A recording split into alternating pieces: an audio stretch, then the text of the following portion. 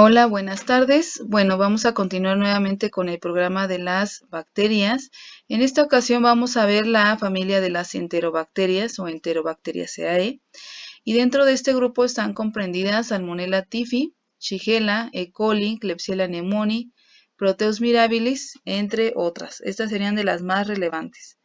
Bueno, aquí toda esta familia está comprendido por bacilos gram negativos y junto con los estafilococos y los estreptococos son los que más se van a aislar en el laboratorio clínico. ¿Qué tipo de infecciones son las que van a ocasionar? Pues principalmente del tracto urinario y también infecciones intestinales, aunque no nada más es eso. Esas serían como de las más comunes. Se encuentran en suelo, en agua, en vegetación y vienen siendo parte de la flora intestinal tanto de animales como del ser humano. Hay dos grupos o podríamos dividir las enterobacterias en dos grupos. Las que se asocian siempre a enfermedad en el ser humano, que estas van a ser Salmonella typhi, Shigella y Yersinia pestis. Si estas las llegamos a encontrar en un paciente es porque están ocasionando una enfermedad. Y las que no necesariamente, o sea, todos vamos a contener cierta cantidad de estas bacterias que forman parte de nuestra flora normal. Y eso es normal. Pero cuando hay un desequilibrio, y entonces empiezan a crecer por demás, lo que llamamos infecciones oportunistas. Básicamente es que aprovechan esa oportunidad de que están bajas las defensas del huésped y entonces comienzan a proliferar y pueden entonces ocasionar ya alguna patología. Estas serían E. coli, Klebsiella pneumoniae, Proteus mirabilis. Bueno, en cuanto a su estructura, ya decíamos que son bacilos gram negativos, tienen un tamaño intermedio y como son gram negativos, todos estos comparten un antígeno común propio de los gram negativos. Todos son móviles con flagelos perítricos, o sea, alrededor de toda la célula van a contener diversos flagelos que le van a dar movilidad y le van a ayudar también al proceso de adherencia al huésped. Excepto Klebsiella, Shigella y Yersinia contienen otro tipo de morfología que ya veremos más adelante. En general, todo este grupo no forman esporas, son anaerobios facultativos, que quiere decir que crecen sin oxígeno, pero pueden llegar a crecer también con cierta cantidad de oxígeno. Fermentan la glucosa. También aquí es de forma general, vamos a ver algunas excepciones más adelante. Reduce nitratos y esto es importante porque ustedes recordarán la tira reactiva que hacíamos en el laboratorio cuando hacían su examen general de orina. Y en esa tira reactiva hay algo que se llama nitratos y justamente este tipo este grupo de bacterias van a dar positivo a esos nitratos y justamente también son de las más comunes, por ejemplo, que ocasionan infecciones del tracto urinario, pero no necesariamente, ¿no? Entonces, no esperen que siempre dé positivo, ¿no? La prueba de nitratos en la tira reactiva para poder corroborar una infección urinaria, porque pues solamente este grupo de bacterias son las que pueden o tienen esa capacidad de reducir los nitratos a nitritos. También son catalasa positivos y oxidasa negativos. Estas pruebas ustedes ya las verán en el laboratorio en qué consiste también cada una de ellas. Bueno, hay algo que se llaman pruebas bioquímicas. Cuando ustedes trabajen en el laboratorio y quieran aislar sus bacterias, van a tener que tomar esa muestra o esa cepa o aislar esa bacteria de una muestra clínica. ¿Qué es una muestra clínica? Pues viene siendo, por ejemplo, el esputo, un exudado faríngeo, un exudado nasal, tomar, por ejemplo, de una herida quirúrgica, de algún dispositivo, de la orina, la sangre, ¿no? Todas esas vienen siendo muestras, líquido cefalorraquídeo, por ejemplo, también pueden tomar de ahí y aislar la bacteria en un medio de cultivo. Después de que se aísla la bacteria en ese medio de cultivo, ustedes o en el laboratorio para poder saber qué bacteria es, entonces realizamos esto que llamamos pruebas bioquímicas. Y por ejemplo, hay una que se llama fermentación de lactosa. Lactosa, acuérdense que viene siendo un disacárido. Entonces, ciertas bacterias tienen esa capacidad de fermentarlo, produciendo ácido. o un cambio en el color del medio. Ahorita lo vamos a ver en cómo se apreciaría la caja Petri. ¿Cuáles son las que pueden fermentar la lactosa? Escherichia, Klebsiella, Enterobacter, Citrobacter y Serratia son de las que presentan o tienen esa capacidad de fermentarla. Y las que no sería Proteus, Salmonella, Shigella y Yersinia son de las que no tienen esa capacidad. Así lo veríamos en un medio de cultivo. Este medio de cultivo se llama agar McConkey y es muy específico, muy selectivo para las enterobacterias. Ahorita vamos a ver también qué es lo que contiene para que tengan más idea de cómo es que lleva a cabo este proceso. Cuando hablamos de fermentación de glucosa o de lactosa, se apreciaría ese cambio de color, como lo ven del lado izquierdo.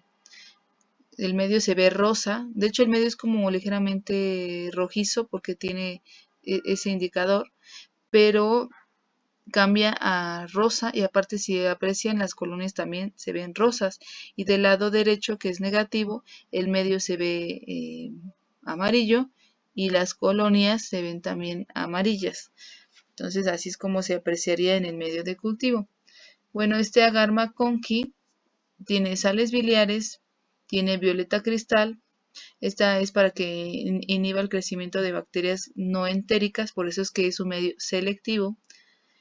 También contiene lactosa, como decíamos, y un indicador de pH que le llamamos rojo neutro, y de hecho el medio de cultivo les decía que es como rojizo, ¿no? Las bacterias capaces de fermentar lactosa producirán un cambio de pH del medio por liberación de productos ácidos. Como consecuencia, sus colonias aparecerán de color fucsia o violeta, contrastando con la coloración amarillenta de las colonias incapaces, por ejemplo, de fermentar la lactosa, justamente como veíamos, ¿no?, en la imagen. Dice, bueno, la resistencia a las sales biliares en algunos medios selectivos se ha utilizado para separar a los patógenos entéricos de los que son comensales, porque las sales biliares van a inhibir a ese tipo de bacterias que no queremos que crezcan, ¿no? Algunas también tienen la capacidad de producir cápsula, que recordemos la cápsula le va a servir a la bacteria para impedir la fagocitosis, ¿no? Para inhibir el proceso de fagocitosis y entonces poder invadir o proliferar, ¿no?, en el ser humano. Así como se aprecia en la imagen de arriba, con el palillo, que está tomando un poco de colonia y se ve este aspecto como mucoide. Eso es lo que justamente produce en el medio y nos daría una idea de que esta colonia muy probablemente tenga cápsula. ¿Cuáles son las especies que contienen cápsula? Pues Klebsiella, Enterobacter y algunas E. coli también llegan a producir cápsula. En otros casos producen algo que se llama biopelícula, no es una cápsula como tal, es parecido pero no es una cápsula. Y en la imagen de acá abajo podemos ver un tipo de tinción en donde se aprecian los bacilos, por ejemplo aquí, y lo que se ve como este halo transparente es justamente la cápsula. Entonces ahí podríamos corroborar si tiene o no tiene cápsula esa bacteria. Hay otro que es el lipopolisacárido o lo abreviamos como LPS, que justamente es el que yo les comentaba que es propio de las bacterias gram negativas. Está en la pared celular y ese LPS o lipopolisacárido está conformado por tres componentes. Uno que se llama polisacárido O, somático, o es el que está más externo. Otro que es el polisacárido central y otro que le llamamos el lípido A, que justamente la parte más tóxica de esto viene siendo el lípido A. Aquí, bueno, podemos apreciar, justamente está encerrado, cómo se vería el lipopolisacárido o endotoxina de las bacterias gram negativas. Y decíamos que en la parte más externa está el O, el central, que es el antígeno común, y en la parte más interna, que sería el lípido A o la endotoxina, ¿no? Ahora, también hay una clasificación serológica, eh, justamente con este tipo de antígenos, los polisacáridos O somáticos, los antígenos K de la cápsula, y los H de los flagelos bacterianos. Entonces, con base en esos 3 polisacáridos que van variando en las diferentes especies, se le llama entonces diferentes serotipos, ¿no?, de las bacterias, donde se van a localizar principalmente las enterobacterias. Bueno, por ejemplo, en el sistema nervioso central, de las más comunes serían E. coli o Escherichia y Citrobacter. Del tracto respiratorio inferior, Klebsiella sería de las más comunes, también puede estar Enterobacter o Escherichia. Torrente circulatorio, Escherichia, Klebsiella, Enterobacter. Intestinal, fíjense, intestinal como que son pocas, ¿no? Salmonella es casi exclusivo también. Salmonella y Shigella son de las que no suelen migrar a otros sitios, principalmente se van a localizar ahí, en tracto gastrointestinal, Escherichia y Yersinia también. Y urinario, fíjense, los principales siempre van a ser Escherichia en primer lugar. De hecho, es el de las que ocasiona más del 90% de las infecciones urinarias. Proteus también sería de los comunes, Klebsiella y Morganella. Bueno, ¿cuáles serían sus factores de virulencia? Factores de virulencia, acuérdense que son las armas que va a tener entonces la bacteria para poder invadir, para poder migrar a otros sitios y hacer todavía más grave la enfermedad, ¿no? Entonces, uno de ellos sería la cápsula, que decíamos la ayuda a inhibir la fagocitosis. Esa variación antigenética, o sea que haya varios serotipos, también va a ser un factor de virulencia. Resistencia antimicrobiana, que esto va a estar mediado por plásmidos. Los plásmidos vienen siendo ese material extracromosómico que pueden intercambiar diferentes cepas de bacterias para tener más factores de virulencia o crear cierta resistencia a antimicrobianos, por ejemplo. Resistencia al efecto bactericida del suero, secuestro de factores de crecimiento, sistemas de secreción de tipo 3, la endotoxina que decíamos ahí es el lipopolisacárido o lípido A. Y bueno, en el caso, por ejemplo, de la endotoxina, que decíamos es un factor de virulencia, es la que va a ocasionar manifestaciones sistémicas en el caso de infecciones, ¿no?, por estas bacterias. Va a activar el complemento, va a haber liberación de citocinas, leucocitosis, trombocitopenia, puede haber también coagulación intravascular diseminada, fiebre, disminución de la circulación periférica, shock y muerte. Ese sería más o menos el avance que podría llegar a pasar. La cápsula decíamos que es para protegerse de la fagocitosis mediante antígenos capsulares hidrofílicos. Estas van a interferir en la unión de los anticuerpos a las bacterias y son poco inmunógenos o activadores de complemento. Al ser poco inmunógenos, pues no van a generar tanta reacción, ¿no? Entonces van a pasar desapercibidos. El papel protector de la cápsula se reduce cuando el paciente desarrolla anticuerpos anticapsulares específicos, ¿no? Entonces, en este caso, pues sí, ya sería como una forma eficaz, ¿no?, del paciente para vencer la enfermedad. Bueno, la resistencia antimicrobiana, hemos visto que conforme se van introduciendo nuevos antibióticos, los microorganismos van adquiriendo cierta resistencia, como decíamos, por esa información que se pasan de bacteria en bacteria a través de los plásmidos y desarrollan esa resistencia. Estos plásmidos vienen siendo, como ven aquí en la imagen, tenemos el ADN bacteriano, pero el plásmido es un ADN extracromosómico, o sea, no está contenido en los cromosomas de la bacteria. Es un material que se puede intercambiar fácilmente entre diferentes especies bacterianas para que puedan mutar o para que puedan crear cierta resistencia. Bueno, esto es en forma general. Ahora sí, vamos a entrar un poco más específicamente a E. coli. E. coli, decíamos, es de las más frecuentes, ¿no? Y hay un serotipo que presenta mayor virulencia que otros, es el O157, H7, y esta, por ejemplo, es la que ocasiona colitis hemorrágica, síndrome hemolítico urémico, frecuentes. Pero también en el caso de las E. coli, bueno, principalmente causan infecciones gastrointestinales, infecciones de tracto urinario, como decíamos, y ya menos común sería sepsis o meningitis, ¿no? Que también pueden llegar a ocasionar. Bueno, aquí algunos factores específicos de E. coli, pero vamos a ver que hay diferentes clasificaciones para estas, bueno, para E. coli. Esta que se abrevia ESEA es la enteroagregativa, la que termina con H es la enterohemorrágica, ESEI enteroinvasiva y ESEP de enteropatógena, ¿sí? Entonces, más o menos vean la última letra, A de agregativa, H de hemorrágica, I de invasiva, P de patógeno, ¿no? Enteropatógeno. Y la T, enterotoxigénica.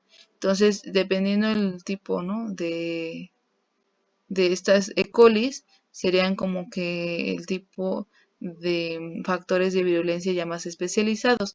Todas estas de aquí vienen siendo adhesinas y las de acá son tipos de exotoxinas que pueden producir.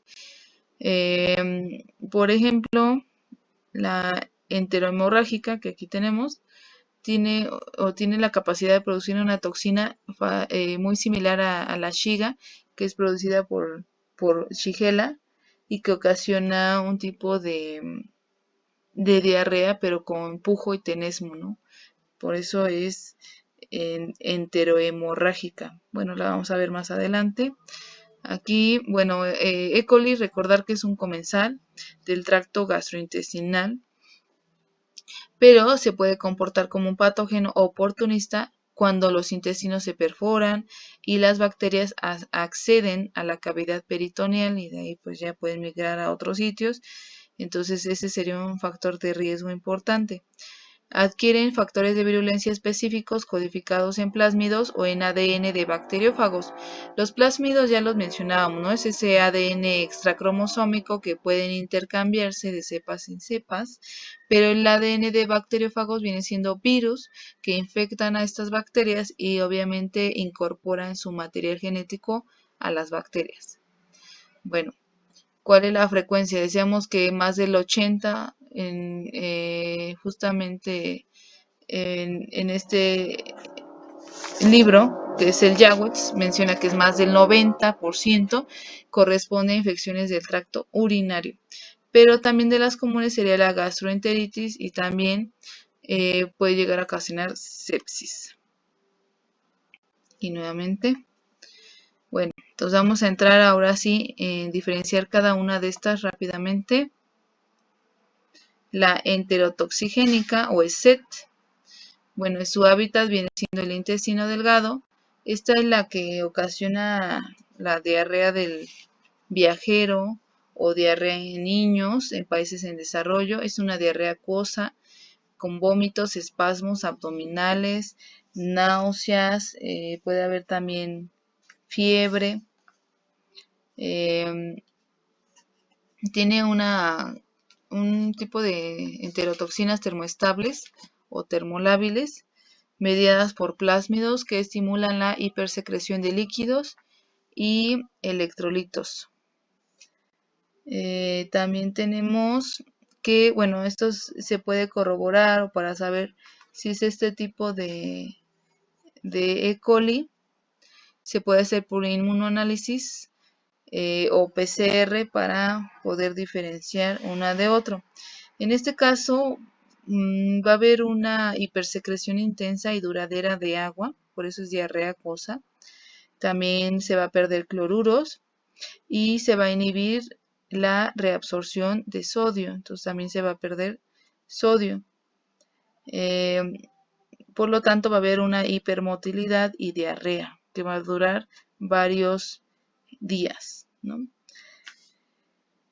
Bueno, esa es la primera, la enteropatógena. Esta es principalmente, bueno, es una de las que ocasiona también diarrea en los lactantes. va a encontrarse en intestino delgado, diarrea infantil y específicamente en lactantes en sitios o en países en desarrollo. Ocasiona también una diarrea acuosa y vómitos con la presencia de heces no sanguinolentas. Aquí por un lado ha habido también brotes epidémicos de este tipo de diarrea en guarderías de países desarrollados o donde hay más cantidad de gente, ¿no? En los lactantes es de suma importancia porque al ser acuosa y perder, deshidratarse el niño, pues va a ser muy grave, ¿no? Hay vómitos, hay fiebre.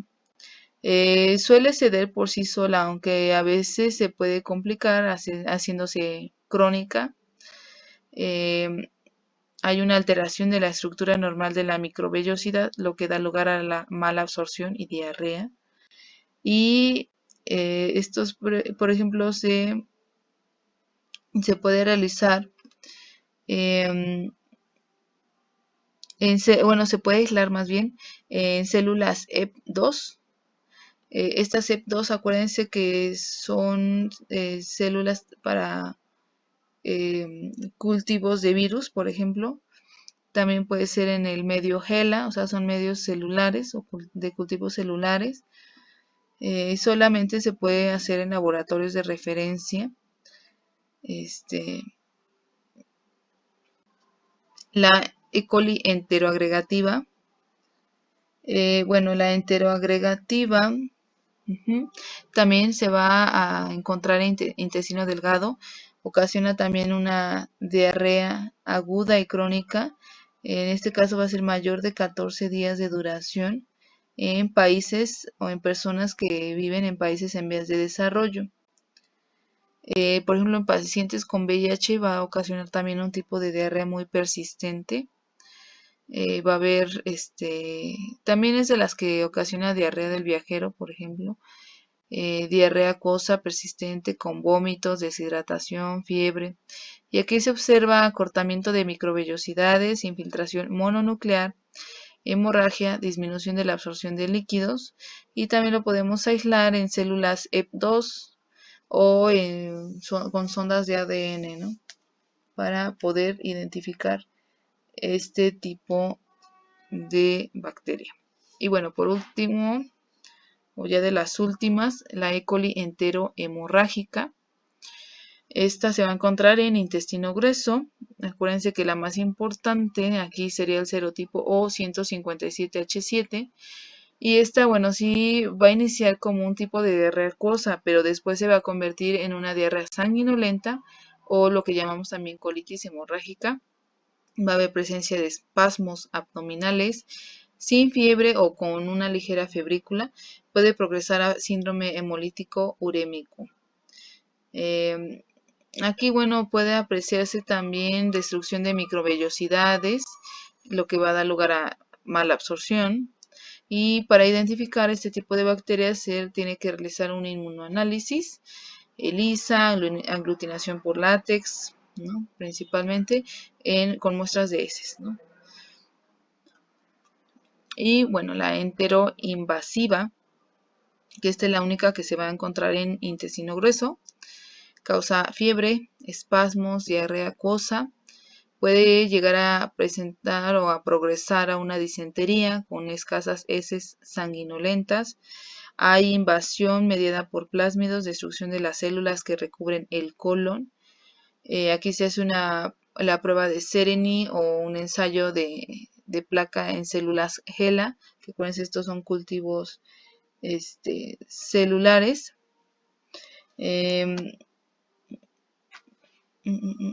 Bueno, en cuanto a la transmisión, bueno, dependiendo como que el tipo, ¿no? La enterotoxigénica, que es la primera que ven ahí, necesitan un inóculo alto, o sea, ingerir, ¿no? Haber ingerido una cantidad alta de estos microorganismos. Por lo tanto, se adquiere principalmente por consumo de agua o alimentos contaminados con heces. No se produce la transmisión de persona a persona. solamente a través de alimentos. La ESEP se transmite de persona a persona, de forma que es probable que la dosis infecciosa sea baja en el caso de la enteropatógena. En el caso de la enterohemorrágica, bueno, la mayor parte de las infecciones se explican por consumo de ternera, derivados cárnicos poco cocinados, agua, leche no pasteurizada, zumos de frutas, verduras crudas como espinacas o frutas, ¿no?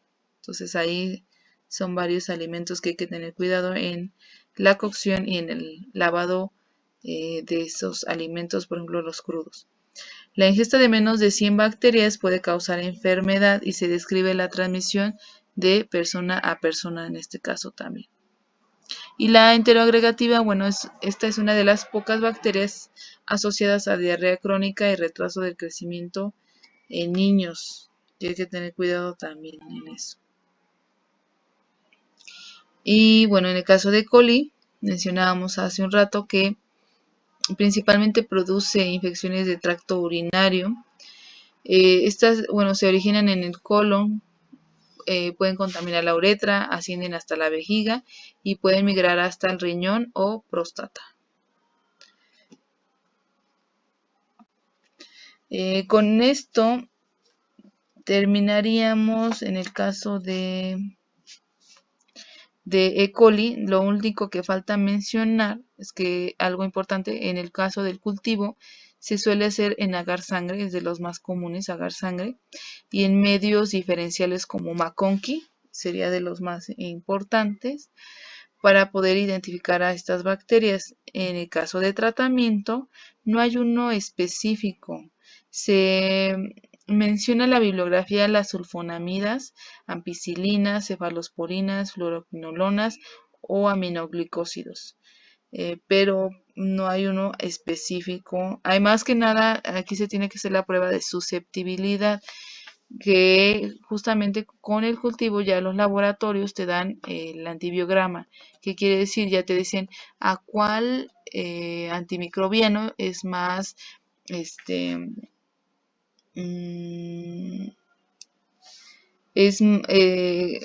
a cuál antimicrobiano es más susceptible esa cepa en particular.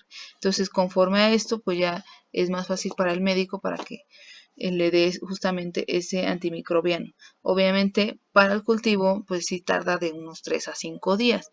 Mientras tanto, ¿qué van a hacer ustedes? Pues darle al paciente un tratamiento empírico hasta que conozcan la susceptibilidad justamente de esa cepa, ¿no? Entonces, básicamente como prevención y control es lavarse bien las manos, ¿no? El tener cuidado con el consumo de alimentos, ¿no? La cocción completa, lavar bien frutas y verduras, tener pues el sistema inmunológico lo más óptimo posible para que no se dé ese tipo de infecciones oportunistas. En el caso de hospitales, otras instituciones, pues el tipo de instrumentos o eh, el lavado de manos, la asepsia rigurosa, esterilización de equipos, desinfección, todo eso hay que tener mucho cuidado para no contaminar a otros pacientes, ¿no? Y bueno, con esto terminaríamos hasta aquí la parte de enterobacterias, pero solamente hasta aquí hemos visto E. coli, ¿no? Entonces en la siguiente presentación continuaremos con otros miembros de esta bacteria. Bueno, muchas gracias por su atención y espero que con esto haya quedado mucho más claro. Ya después lo veremos en clase para resolver dudas. Gracias.